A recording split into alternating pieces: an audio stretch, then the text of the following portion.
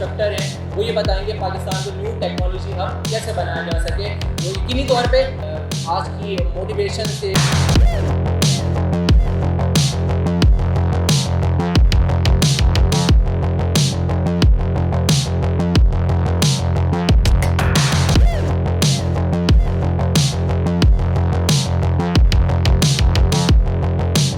नौजवान नस्ल की 3-4 कस्बें हैं जिनमें जो पढ़े लिखे लोग होते हैं, जिनका फैमिली बैकग्राउंड भी होता है और जिनके लिए हम इस तरह की कॉमेडी करते हैं।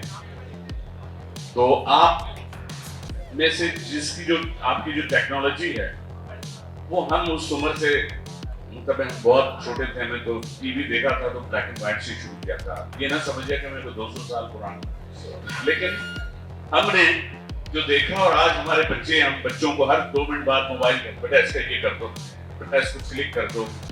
तो आप जो है ना, आप लोग कमाल लोग हैं।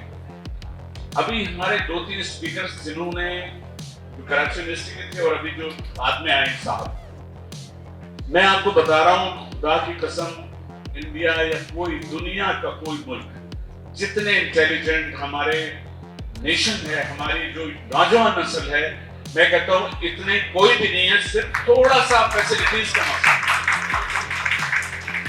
इतने ज़हीन हैं आप सब लोग कि मैं आपको बताऊं कि अब दौर तो ऐसे आ गया है जिसको जैसा मौका मिलता है मुल्क से बाहर जरूर जाने की कोशिश करते हैं, लेकिन पाकिस्तान, दुनिया में आप कहीं चले जाएं दिल आपका धड़कता है।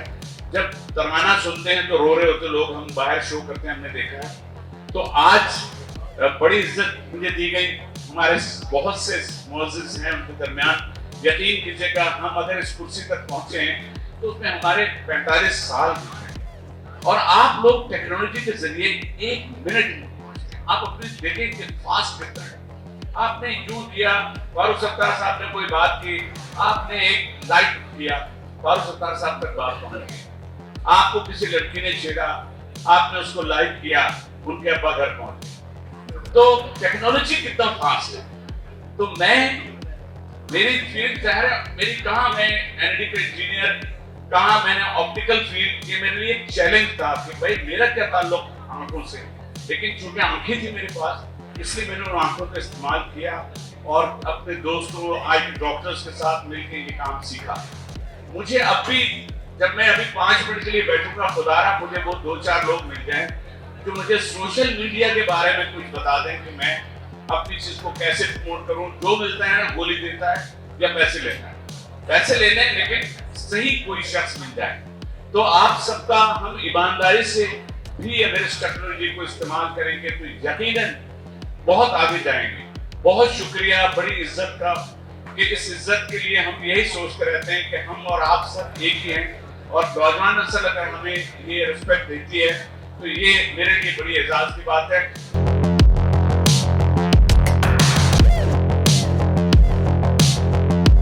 अस्सलाम वालेकुम एवरीवन। बस देखिए, ये तो जो टॉपिक है मैं समझता हूँ कि मेरी तो वो स्पेशलाइज्ड फील्ड नहीं है। अयाज भाई की थोड़ी सी स्पेशलाइज्ड फील्ड है, उन्होंने बता दिया इनका टेक्नोलॉजी से कितना ताल्लुक है। बाकी जो एक्सपर्ट्स यहाँ पे उन्होंने बुलाए हैं, मेरे ख्याल से वो आपको ज़्यादा बेहतर गाइड कर सकेंगे। मैं सिर्फ इतनी बात कहूँगा कि मेरे दोस्त जो पीछे बैठे हुए हैं सारे, देखिए ये आपका टाइम भी बड़ा कीमती है, आप सब यहाँ पर आए हुए हैं, तो जितनी देर यहाँ पर हैं और जो इम्पोर्टेंट लोग इन्होंने एक जगह पे जमा किए हैं उनको और से सुने, ठीक है? क्योंकि आप और से सुनेंगे तो कुछ ना कुछ लेके जाएंगे, कुछ लर्निंग करेंगे जो आपकी जिंदगी में काम आएगा। और मैं वंस अगेन पूरी टीम को, कैशबिट के बीसी साहब यहाँ बैठे हुए, आप सबको बहुत बहुत मुबारकबाद पेश करता हूँ आपकी इस कामयाब प्रोग्राम के ऊपर। So thank you very much once again.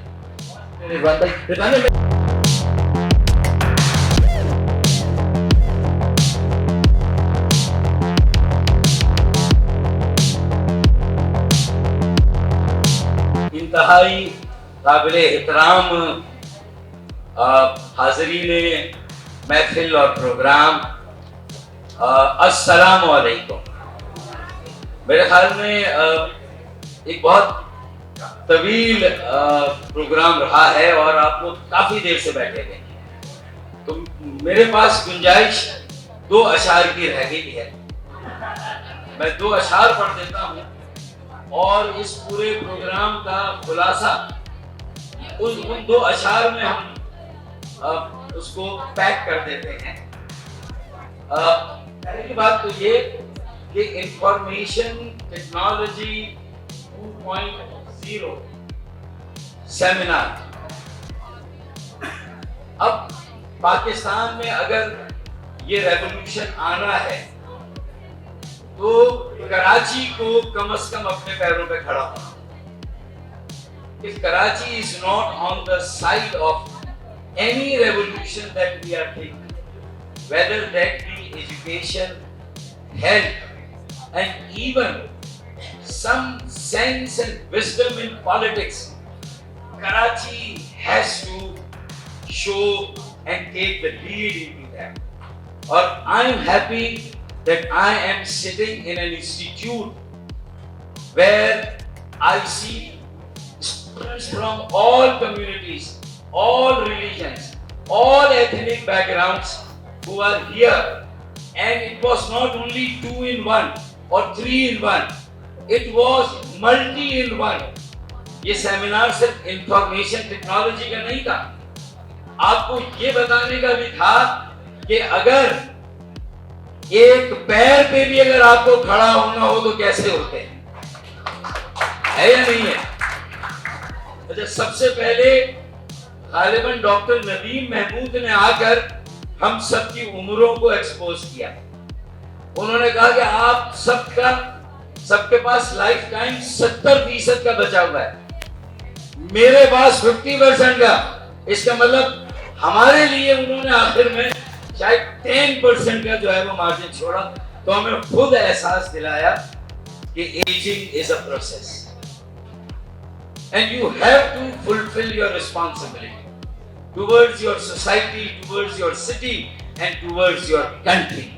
آج ہم جس نہج پر کھڑے ہیں, ہم ریولوشن کی بات کریں, انٹرپرینیورشپ کی بات کریں, ہم اپنے بچوں کو امپلائمنٹ دینے کی بات نہ کریں بلکہ امپلائمنٹ دینے والا بنانے کی اگر بات کر رہے ہیں تو ہمیں تھوڑا سا اس مور کی طرح جو خوشی میں ناچتا ہے لیکن جب اپنے پیروں کو دیکھتا ہے تو اس کے بھی آنسو نکل جاتے ہیں.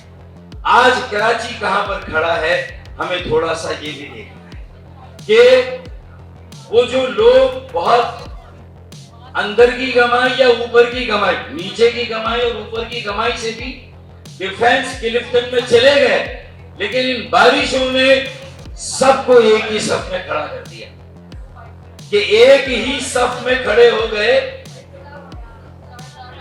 ایک ہی صف میں کھڑے ہو گئے ڈیفینس اور ناظم آباد. نہ کوئی برگر رہا نہ کوئی بن کباب.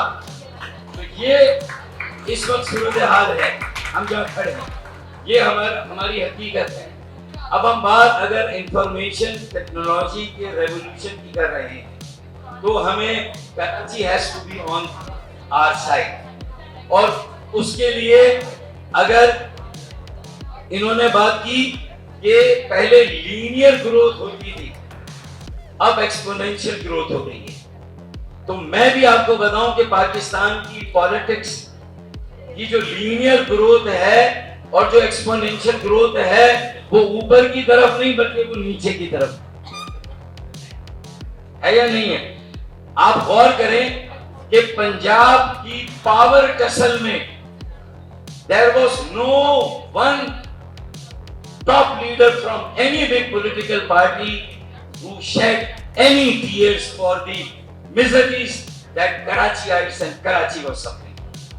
اگر آپ غور کریں معذرت کے ساتھ نہ پیپلز پارٹی کے چیئرپرسن نے یا چیئرمین نے کوئی اسٹیٹمنٹ کراچی کی حالیہ بارشوں پہ اور تباہ کاری پہ. وہ سب اس بات پر فکر کہ پرویز الہی وزیر اعلیٰ بنیں گے یا حمزہ شریف وزیر اعلیٰ رہیں گے. نہ کراچی الہی کا کہیں پر ذکر تھا نہ کراچی شریف کا کہیں ذکر. اگر کسی الہی کا ذکر تھا تو وہ پرویز الہی کا تھا, وہ حمزہ شریف کا ذکر تھا. کراچی الہی اور کراچی شریف گنتی میں کہیں پر نہیں. نہ پیپلز پارٹی کی ٹاپ لیڈرشپ نے, نہ پی ایم ایل این کی ٹاپ لیڈرشپ نے और ना ही पीटीआई की टॉप लीडरशिप ने और किसी ने आकर कराची को विजिट भी नहीं किया कि unprecedented rains, climate change, extreme weathers, ये जो मौसमों की तब्दीली है, ये एक्सपोनेंशियली कराची के रोल को मिनिमाइज करके नीचे की तरफ ले जा रही है। And Karachi is the hub of economy, Karachi is the engine of growth. तो मेरे ख्याल में कराची को ये गिला करना है मरकज से और सारे सियासी अकाबरीन से कि जो भी आवे है वो तेरे नजदीक ही बैठे हैं। हम तो 70 सालों से लाइन में खड़े हैं, हमारा नंबर ही नहीं आ रहा, हमारी बारी ही नहीं आ रही कि जो भी आवे है वो नजदीक ही बैठे हैं तेरे। हम कहां तक तेरे पहलू से सरकते जावें, हम कहां तक तेरे पहलू से सरकते जावें। तो फिर कराची को भी इस शिकवे के बाद ये कहना चाहिए कि ना निगत हैं ना गुल हैं कि महकते जावे, यानी हम कंट्रीब्यूशन करते जावे, हम एक तरफा टैक्स देते जावे, ना निगत हैं ना गुल हैं कि महकते जावे। आपकी तरह जिधर जावे बहकते जावे। तो फिर ये हमें भी अपना तारुफ कराना होगा कि न निगत है न गुल है, न निगत है न गुल है कि महकते जावे, आपकी तरह जिधर जावे बहकते जावे। तो मेरे ख्याल पर हमें भी कहीं ना कहीं ये बताना होगा कि कराची में हर जबान बोलने वाला पाकिस्तान, कराची में हर इलाके का पाकिस्तानी है, कराची ही असल पाकिस्तान है। अब इसकी तकदीर के ताले को खोलना होगा। सियासी लड़ाई आगे है, कराची पीछे है। सियासी इल्जामात और करप्शन और माफिया आगे है, कराची और कराची वाले और कराची की तरक्की पीछे। अब हमें अपनी इन सारी वाबस्तगियों से बालातर होकर थोड़ा आजाद होकर सोचना कि ये सियासी वाबस्तगियां इन्होंने, इनकी लड़ाई ने कराची को कुछ नहीं दिया।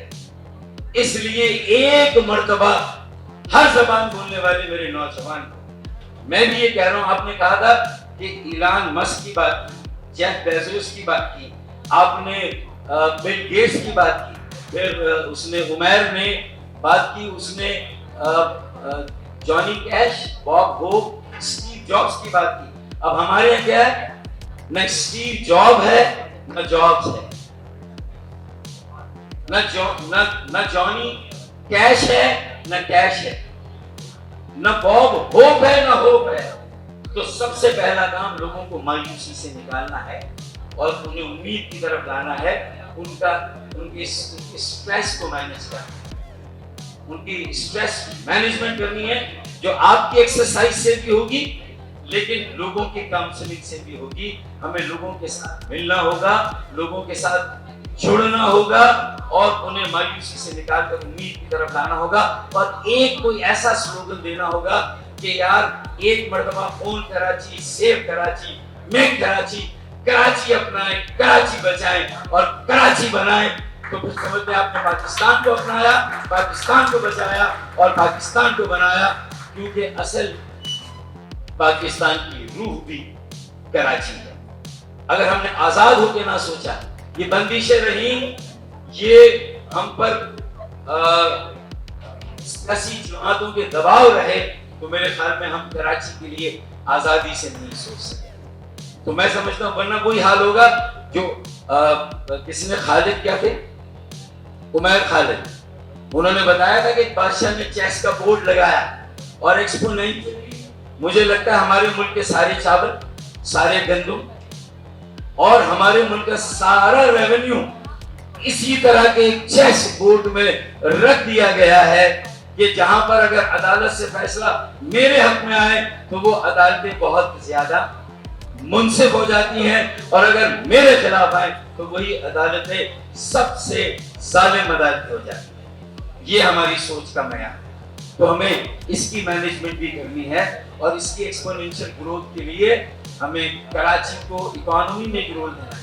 आईटी में अगर हैदराबाद दक्कन आज साइबर आबाद है, बेंगलोर साइबलोर है, तो फिर आए आज इंफॉर्मेशन टेक्नोलॉजी के बस में इल्म टेक्नोलॉजी के सेमिनार में हम सब भी ये करारदाद पास करें कि कम वोट में हमें हुकूमतों से सपोर्ट मिले ना मिले, हमारा प्राइवेट सेक्टर, हमारा सोशल सेक्टर और हमारी कम्युनिटीज इंशाअल्लाह ताला ये आज़म करती है कि हम कराची को भी साइबर कराची बनाएंगे इंशाअल्लाह ताला।